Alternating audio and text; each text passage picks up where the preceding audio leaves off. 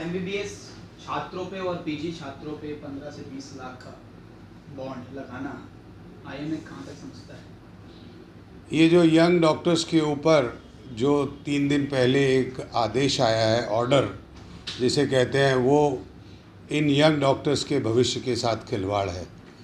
क्यों खिलवाड़ है ये कि आप देखिए कि वो बच्चा अगर कहीं से पास करके दिल्ली में अगर वो करना चाहता है अपनी जूनियर रेजिडेंसी या सीनियर रेजिडेंसी, और उसी दौरान में उसका नीट क्लियर हो जाता है, नीट पीजी क्लियर हो जाता है, तो जूनियर रेजिडेंट आगे अपनी स्टडी करने के लिए वो जॉब छोड़ के नहीं जा सकता या उसको 15 लाख रुपए देने पड़ेंगे।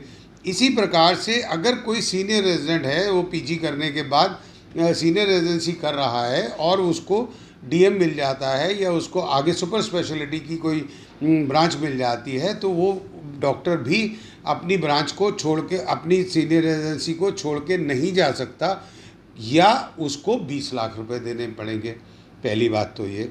दूसरी बात, अगर सरकार ने इस प्रकार के ऑर्डर निकालने, ये हम समय समय पे बहुत समय से देखते आ रहे हैं कि ना तो कोई भी सरकार, चाहे वो दिल्ली की सरकार है चाहे वो देश की सरकार है, कभी भी स्टेक होल्डर्स मतलब आईएमए की एसोसिएशंस हैं, फोमा की एसोसिएशन है, फेमा की एसोसिएशंस हैं, क्यों नहीं बात की जाती? उनसे पूछा जाए। आज ही मेरे को एक लड़की के पिता का फ़ोन आया, उसने इस वाले नीट के अंदर उसका स्कोर कम है, तो वो उसने ये कहा मुझे कि सर हमको दिल्ली में ही चाहिए, तब तक के लिए सफदरजंग में जूनियर रेजिडेंसी निकली है, आप वहाँ दिला दें। मैंने कहा भाई उसको 1 महीने के बाद मॉपअप राउंड के अंदर मिल जाएगी।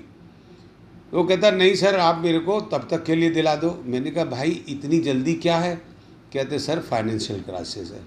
मैंने कहा फाइनेंशियल क्राइसिस तो सब ठीक है, पर अगर उस लड़की को पीजी बिहार में मिल गई सरकारी में या आसपास गाज़ियाबाद में मिल गई सरकारी में, वहाँ फीस कम लगती है, तो आपको छोड़ के जाओगे तो इस बॉन्ड के तहत 15 लाख रुपए देने पड़ेंगे।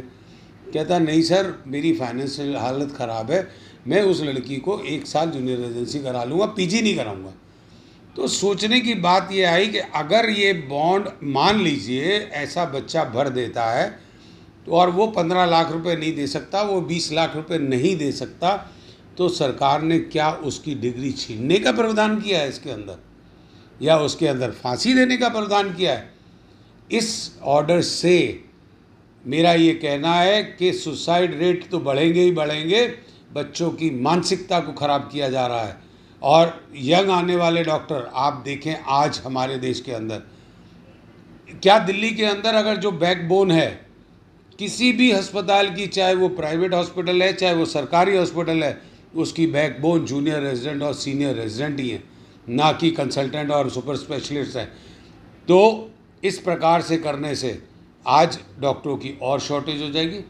आज मैं आपको आपके माध्यम से ये बताना चाहता हूँ, इस वक्त पे दिल्ली के अंदर किसी भी अस्पताल में 48 से 53% तक के डॉक्टरों की कमी है, और वही अभी पूरी नहीं हुई है। उसके बाद ये अध्यादेश क्या करेगा और कमी लाएगा? क्योंकि मैं तो अपने बच्चे को नहीं भेजूंगा, मैं उस बच्चे को घर पे बिठा लूँगा कि भैया तेरा नीट का एग्ज़ाम है जुलाई में, दोबारा अपीयर हो जाना। इसी प्रकार से जो बच्चे बिहार से आते हैं या यूपी से आते हैं, दिल्ली के अंदर जूनियर रेजिडेंसी करते हैं, सीनियर रेजिडेंसी कर रहे हैं, वो बच्चे नहीं आएंगे, ना ही करेंगे, और दिल्ली के अस्पताल किन बातों पे चलेंगे? आज ही सरकार ने किसी भी प्रकार का नियंत्रण नहीं रखा हुआ, आज 89 डेज़ की हाउस ऑफ दे रहे हैं।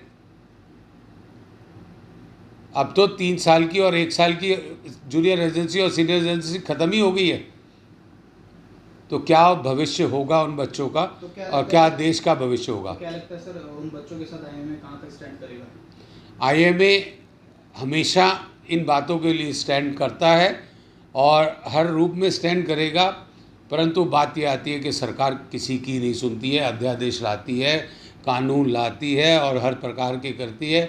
आज हमारे देश का जो चिकित्सा जगत का भविष्य है वो खतरे में दिख रहा है। इस तरीके के अध्यादेश, और भी पहले कई अध्यादेश आते रहते हैं, सरकार के आएँ, दिल्ली सरकार के आएँ या किसी सरकार के आएँ, ये एक अच्छा वो नहीं है कि ये देश के लिए अच्छी सूचना नहीं है।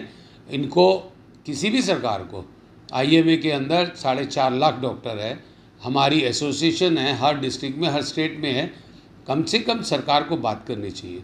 यंग डॉक्टर्स की इतनी बड़ी एसोसिएशन है, कम से कम उसके स्टेक होल्डर्स को बिठा के तो बात करनी चाहिए।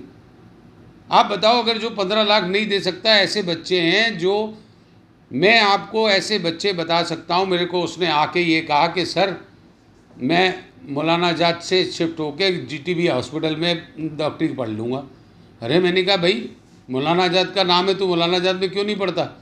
उसने मुझे साफ कहा। आज मैं उस बच्चे को किराया भी देता हूँ। वो बच्चा कहता कि सर नहीं, मेरे को मौलाना आज़ाद आना जाना ही अफोर्ड नहीं कर सकता। अगर आज वो बच्चा मौलाना आज़ाद तक आना जाना अफोर्ड नहीं कर सकता इस दिल्ली से, तो वो बच्चा क्या बॉन्ड के पैसे भरेगा और क्या करेगा?